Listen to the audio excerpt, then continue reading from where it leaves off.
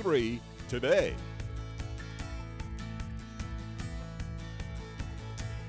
Good afternoon, everyone. I'm Kim Gusby. And I'm Ben Katko. Thank you for joining us here on News 3 today. We start with developing news this morning out of Liberty County. One child is dead. 22 others are hurt after a school bus accident. It happened on Ray Road in the Gum Branch area. That is what you see on the map on your screen. Shortly after 7 o'clock this morning. We do know all the students have been taken to nearby hospitals. According to police, the child that has died has been identified as Cambra Schumann, 5 years old. The driver is Evelyn Rodriguez, 62 years old. She was taken to Memorial Health here in Savannah. As for the cause of this accident, it is still unknown. The investigation is still ongoing. We want to start some team coverage this morning with Danny Dykes, who was at the scene of the accident. Danny, what can you tell us? Ben, as you said, we don't yet know the cause of the accident, but driving up here, we definitely experienced some dense fog that could have played a factor. We've now learned that the children were on their way to Taylor Creek Elementary and the pre-K by the Board of Education when the bus hit a tree. The bus driver, a 62-year-old female, was also transported to the hospital. At this time, police don't believe any other children are in critical condition, but we'll continue to update you as soon as we learn more information. For now, live in Liberty County, I'm Danny Dykes, WSAV News 3. All right, Danny, thank you. We continue our team coverage right now with News 3's Joanne Merrigan, who's live at Liberty Regional Medical Center in Hinesville. Joanne, what can you tell us right now? Yeah, good morning, Kim. Well, again, we are at Liberty Regional Medical Center. This is the city hospital in Hinesville for folks that may not know that. And we are told that 11 children were brought here to the emergency room about 7:30 this morning. Officials say that those kids are being treated here and that they have been reunited with their parents. So that's kind of an important note. They also say that most of the children had bumps and bruises and are expected to all be okay. So again, 11 children here.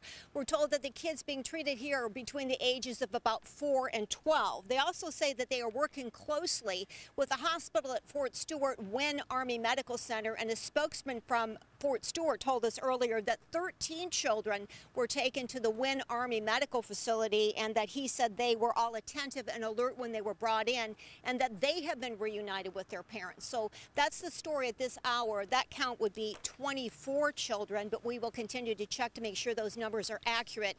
Again, from we're getting at this point, children expected to be okay, have bumps and bruises, but we're waiting for more official word, apparently from the hospital CEO maybe later. So that's the situation here. All kids reported to be treated and to probably be okay as far as their injuries. Reporting now live from Hinesville, I'm Joanne Merrigan, WSAV News 3.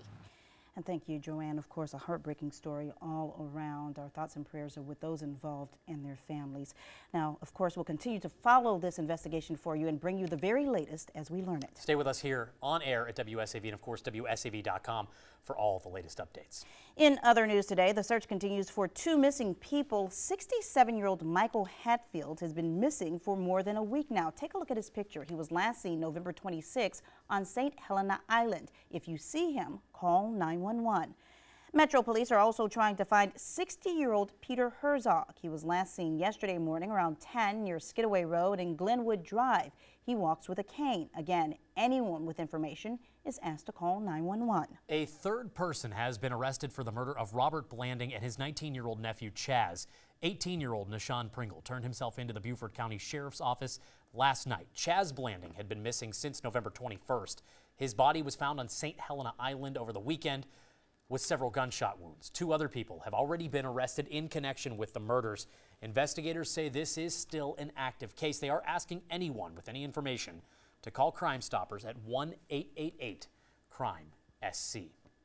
Shaping up to be a relatively warm December day here in the coastal empire in the Low Country. We are taking a live look now from our Dozier Law Cam out over Ellis Square and City Market and Storm Team 3's Ariella Scalise is here with what you need to know today. And Ari, what a difference a couple of hours makes. That's so right. We saw a lot of dense fog this morning, and finally things are clearing up. As we go throughout the day, we should see some breaks in more clouds, and we should see more sunshine, which will warm us up. So visibility right now, we are all in the clear. Savannah's still just about a mile, but everyone else at least 10-mile visibility. So that's the clearest that we get. Taking a look, temperatures right now, Savannah was the spot that held on to that fog the longest. So you notice the difference in temperatures. Richmond Hill already up to 67, but still 61 in Savannah here. So we might be a tad bit cooler this afternoon than the original high of 78. We'll see how things shape up as we go into the afternoon. With more sunshine, we could actually heat up pretty warm. By the time we get to the afternoon hours, clouds stick around, and then we watch those big changes come as we go into tomorrow with the first chance of rain that comes for Wednesday, but a few showers could linger as we go into Thursday and Friday, and then that colder weather comes back. We like the colder weather. Yes, it should be good. Get the jacket ready. It seems like it's a bit overdue. I think so, now that it's December, right? Yeah. Exactly. Yeah, I think so. Thanks a lot, Ari. Also happening right now, longtime Michigan Congressman John Conyers is announcing that he will retire. This comes after sexual misconduct allegations. Right now, he is endorsing his son to replace him in Congress. There's reaction to the city of Savannah's proposed fire fee, and from the looks of it, that fee will be a hard sell. Senior citizens at the Moses Jackson Community Center say they can't afford the fee, even if it will be lower than first anticipated. The city was considering about $370 a year, but its latest budget scenario is about $240. Many on fixed incomes say it's still too much. Look around in here. Just everybody in here is senior. Nobody's working. And what we get, we know what it is right now. And that health care plan, that's going up. My prescription drugs went up from last year. I just don't have that money. The city will officially consider the fire fee this Thursday at the first reading of the budget. If approved, the city promises a discount and a fund to help lower-income property owners pay the fee. If you live in District 5, you can let Alderwoman Dr. Estella Shabazz know your thoughts on the proposed fire fee. Later tonight, she is hosting a town hall meeting at the Tatumville Community Center that is from 6:30 to 7:30 this evening. Around South Carolina today, some Beaufort County schools are collecting items to send to Marines deployed for the holidays. The boxes were decorated by several elementary school students. Middle school students wrote letters to the Marines to put inside those boxes, and high school students filled the boxes with snacks, books, games, and other items they collected through fundraising. About 200 boxes of cheer were filled with goods and shipped overseas. Feed the Hungry is offering a hot meal to those who need it this holiday season. The first will be Wednesday, December 20th at 5 o'clock at the Rincon YMCA. Thursday, the 21st of December at 5 at the Pooler YMCA, and then on Friday, December 22nd at the Y in Statesboro. That is also at 5 o'clock. You can also help your family this Christmas by donating to our Holiday Hope campaign. Our own Tina Tyus Shaw will be at the Walmart on Abercorn Street today during our 5, 5:30, and 6 p.m. newscast collecting toys. You're invited to stop by, drop off a toy or a donation, and say hi. Now, if you missed the chance to donate, don't worry. You can still drop off donations right here at our studio on East Victory Drive. For more information on how you can sign your family up or to find one of the 14 locations to drop off your donations, just search Holiday Hope over on our website, WSAV.com. A World Series champion is giving back to his hometown. Yesterday, Josh Reddick went back to school in Effingham County to walk the same halls he once walked years ago. Mr. Josh Reddick, Marlowe Mustang. Let's give him a Marlowe welcome.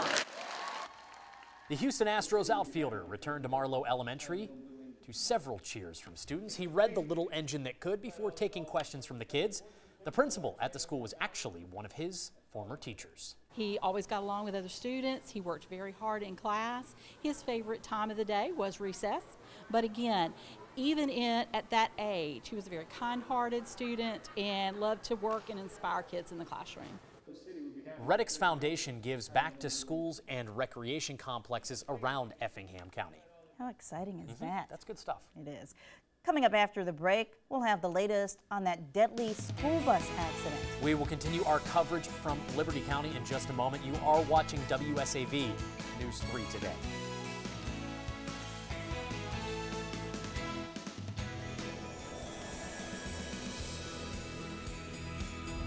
Hello, my name is Petty Officer Shakayla Tucker, and I would like to wish my family back in Coffee County a happy holidays, and to my son Gavin and Zion, I want to tell you all that I love you and I miss you, and I'll see you soon. Brought to you by Vaden Chevrolet Pooler, where selection, convenience, and value are way better. That's the Vaden way.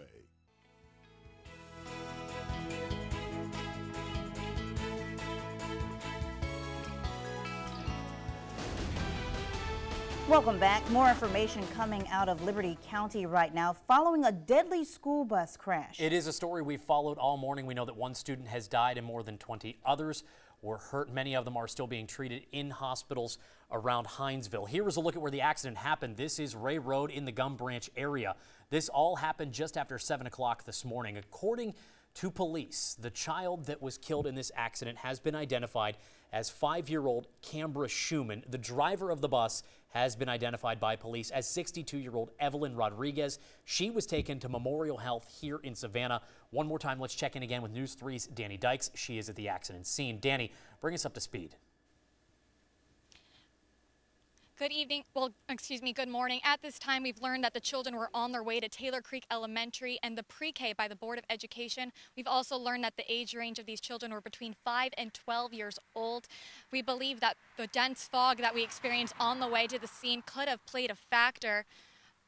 And we do know that all the students have been taken to nearby hospitals. The cause of the accident is still under investigation, but police tell us that video cameras that were on the bus could help them find more information about how this crash happened. For now, live in Liberty County, I'm Danny Dykes, WSAV News 3. Now, Storm Team 3 weather, powered by Spiro's Live Titan Radar. And it is important, Danny did mention still seeing some fog out there. We're taking a look at Highway 80 westbound. Tybee right now is at 62 degrees, so it's mild out there with the southeast wind that is pretty calm. You can see a little bit of the wind blowing out there, but overall the fog has been the main issue this morning. And we're still seeing some of those low clouds hang around, but overall visibility is improving. Also this morning, if you're a Tybee resident, you would be aware that Highway 80 was closed for a little bit. Now it has reopened. Our tide levels did reach 9.68 feet this morning, and that moderate flooding usually begins around 9.6. So we had the supermoon, which is beautiful to look at, but unfortunately for our coastal communities, it can cause some flooding and even close some of those roads. Highway 80 is now open and the fog is clearing, so we do have improving conditions as we continue throughout our Tuesday. Temperatures right now, notice that there is a big difference. Richmond Hill and Savannah not that far away from each other, but because Savannah held on to the fog a little bit longer, we're slightly cooler right now. It's actually 67 already. Richmond Hill, 64 in Jessup, already 70 out in Vidalia where more sunshine is breaking out. So if we see the sunshine continue, we will have warmer temperatures as we get into the afternoon. But take a look just into Memphis, Little Rock, temperatures into the 40s right now. And you can even just see with the colors, the bright yellow, the bright orange, much warmer with the purples and the blues behind it. And those colors will come to us, and we're going to have much cooler air move through as we go through the next couple days. So there's the cold front with those north winds going to push through and bring us that colder weather. But first, we're going to have to deal with the raininess that's going to move through. So here's a look at one of our weather models predicting, and that front will continue to move through as we go through tonight and into the next couple days. Our Spiro's Live Titan Radar along with satellite, picture perfect actually. You can see that area of low pressure spinning farther up to the Great Lakes, and then you see the cold front stretch all the way down from Pennsylvania to Texas. So a big storm system, and we're going to get our taste of it as we get into the next couple days here. Quiet conditions now that the fog has started to break it up a little bit. Still a few clouds near the coast, but I did show you that Vidalia already into the 70s. We're seeing clearer skies further inland, so that's going to make warmer temperatures as we get into the afternoon. Taking a look, our Futurecast does pick up on the sunshine for most folks, continuing as we go into the 3-4 o'clock hours. And it looks like clear skies by the time we get to 11:30, but just look farther to our west. That's the cold front starting to push through as we go throughout our Wednesday. We could see scattered showers and actually continuing into Wednesday night. And then it looks like we'll get another batch of energy, so more rain could move through as we go into Thursday and stick around possibly even until Friday morning. So it's not going to be just a quick hit with the rain. We could see on and off showers through Wednesday through Thursday and continuing for Friday morning. So today we've got those late day warm up, 74 with the clouds and sun, and it's going to be our last warm day before we see the colder weather move in tomorrow and through the next couple days. So mild night, 59 with a few showers out there, and then as we go into the 7-day forecast, lots of changes. So rain pretty likely for Wednesday and Thursday, even a few showers possible for Friday morning, and it's going to be a cold rain for both Thursday and Friday, unfortunately, and the chilly weather continues through the weekend, but the sunshine does return, so that's the good news. Even better news, 20 days until Christmas. Can't believe it that it's December 5th. That means we're going to be here, and Santa will be here before we know it. And we've got a lot of elves working around WSAV, just decorating it and making it look so pretty. Looks like a winter wonderland. I know. I love it. Maybe you can stop by if people drop off the holiday hope. You can see the cool decorations that we have. And we like it cooler. It is December. Yeah, I like that you looked at your. I mean, but you actually have a this is watch what we on. should I was expect. cooler. It's Yes, cooler right now. according to my watch. Yes. Thanks, guys. All right, thanks, Ari. Thanks, Ari. All right, well, stay with us. We'll be right back.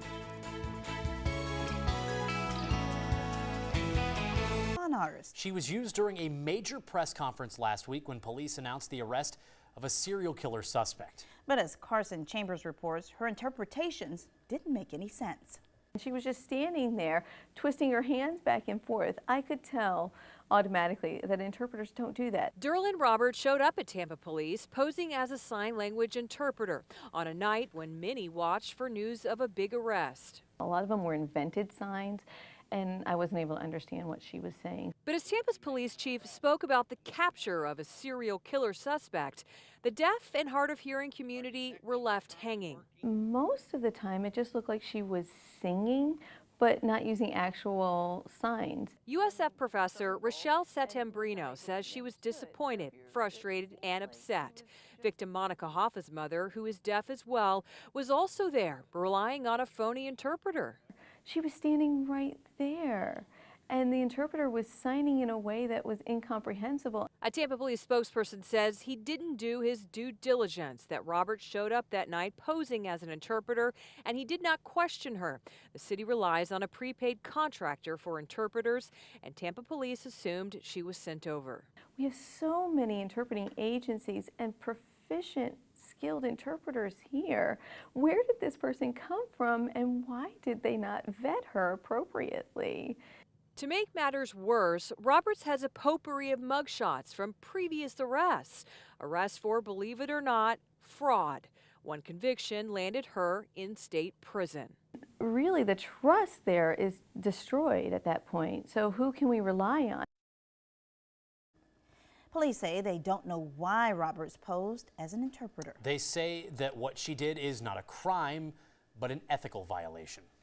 All right, looking ahead to tomorrow, Savannah Mayor Eddie DeLoach will join dozens of other mayors from across Georgia to bring Christmas cheer to those in need. Tomorrow, they will take part in the 58th annual Mayor's Christmas Motorcade. What you're seeing here is video from last year's event. The event starts at 10 o'clock tomorrow morning at the National Guard Armory on Eisenhower Drive here in Savannah. The mayors will bring gifts donated by residents in their communities. They will then travel motorcade style to Georgia Regional Hospital, where the gifts will be delivered to deserving patients. If you are treating yourself while you're out shopping for gifts this month, you are not alone. We like to say this, treat yourself. There you go. A recent survey found that 19% of consumers definitely plan to spend more on themselves this holiday season. 40% said they're at least considering it. Why not? Go for it. Those splurges include items such as sweaters, boots, phones, cookware, and athletic apparel. Always nice to get yourself a little something while you're shopping. Have you Yes. indulged? Just Many tiny times. Just a tiny bit. I'm just as guilty as anybody else. Stay with us. News 3 Today. We'll be right back.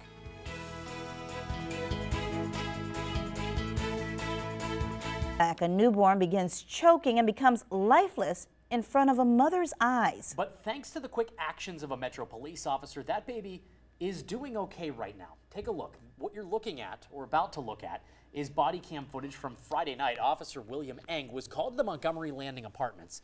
You see him here quickly running up 3 flights of steps. He found a mother holding 29-day-old baby Bella. Without thinking twice, he started immediately performing CPR, and after about a minute of compressions, baby Bella opened her eyes and started breathing again.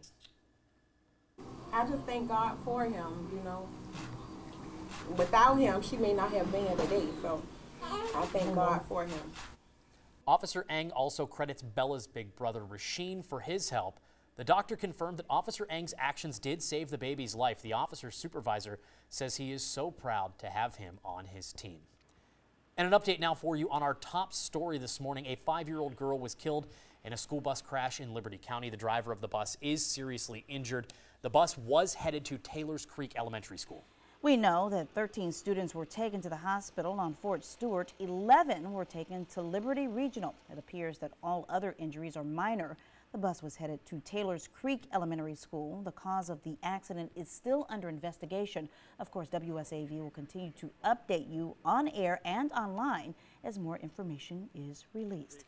Right now, Ariella Scalise is back for a final look at today's forecast, and enjoy it while you can. That's true. If you like the warm weather, if you like drier weather, then today's your day. If you like cold, rainy weather, maybe move to Seattle. Or just wait till tomorrow. Yes, we've got colder, rainy weather moving in as we go through the next couple days. Here's a look at that 7-day forecast. So highs in the mid to upper 70s this afternoon. When that sunshine breaks out, we should start to see things warming up a little bit more. Then we head into Wednesday, 65 for a high, and rain looks pretty likely both Wednesday and Thursday. And a few showers could even linger on Friday, and it will be cool. 53 for a high on Friday, 54 on Saturday, but at least the sun breaks back out by the time we get to the weekend, but you'll certainly want to bundle up. I know Ben said he's going to pull out his man Uggs. That was not a promise. That was an attempt. I'll make the effort. Man Uggs. He's been saying that for a week now, though. Oh, okay. See, I'm a little late to the game. I got to get caught up on that.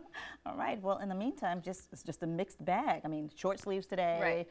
Umbrella tomorrow. Yeah, the actual umbrella. Yeah. Coat later on this week. Just be prepared. I have all my things out. My mom used to always say it's as soon as you put your summer clothes away, then winter would come back, and vice versa. Yeah, there's an actual pattern to it now, but that's what I used to do. Well, it's a great day to go shopping, and if you're out shopping, stop by Walmart. That's where News 3's Tina Tyus-Shaw will be at the one on Abercorn Street, collecting your donations for our Holiday Hope campaign. She'll be out there tonight during our 5:30, 6 o'clock newscast.